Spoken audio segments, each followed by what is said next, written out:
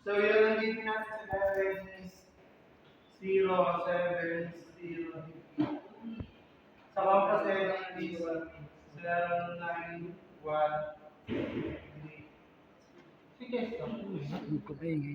Nasa bearing is 3, 3, 8, 0. Sa variation is 5 minutes is 2019. 7 minutes. Sa true bearing is 061. So, ang hanapin natin is gyro bearing. Ang kukunin natin is gyro energy 070. Tapos, relative bearing.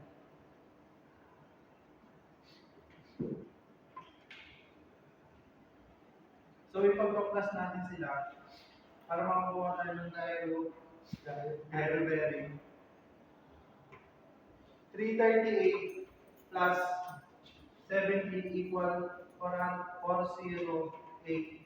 So, sumobra siya sa 360. Ang gagawin natin, i-minus natin siya sa 360 equal 048 degree.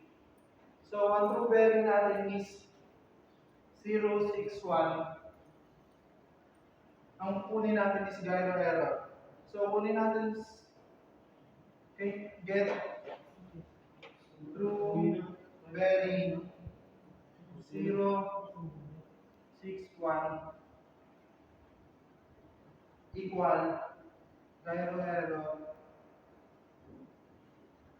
is 13 is. So, ang gyro error natin ay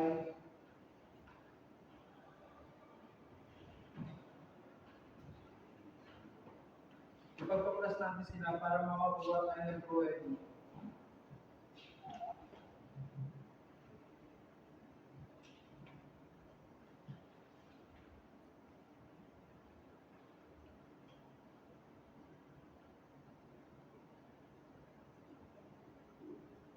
Tapos kukunin natin yung compass heading.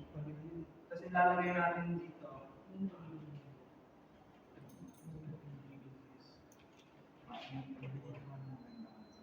So isusubtract natin sila.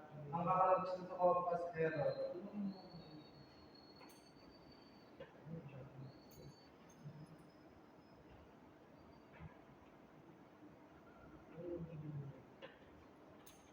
degrees. So, kukunin natin yung variation.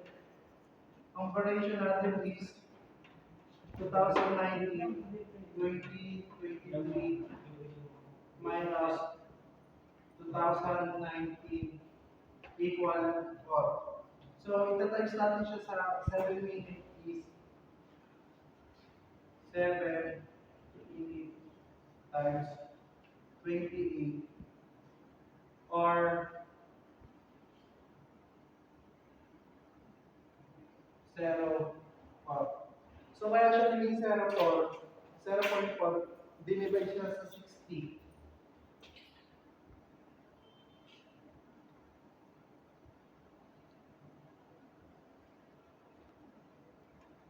So, pag-plus natin siya para meron tayong variation 5.4 is. So, dito natin lalagay yung variation.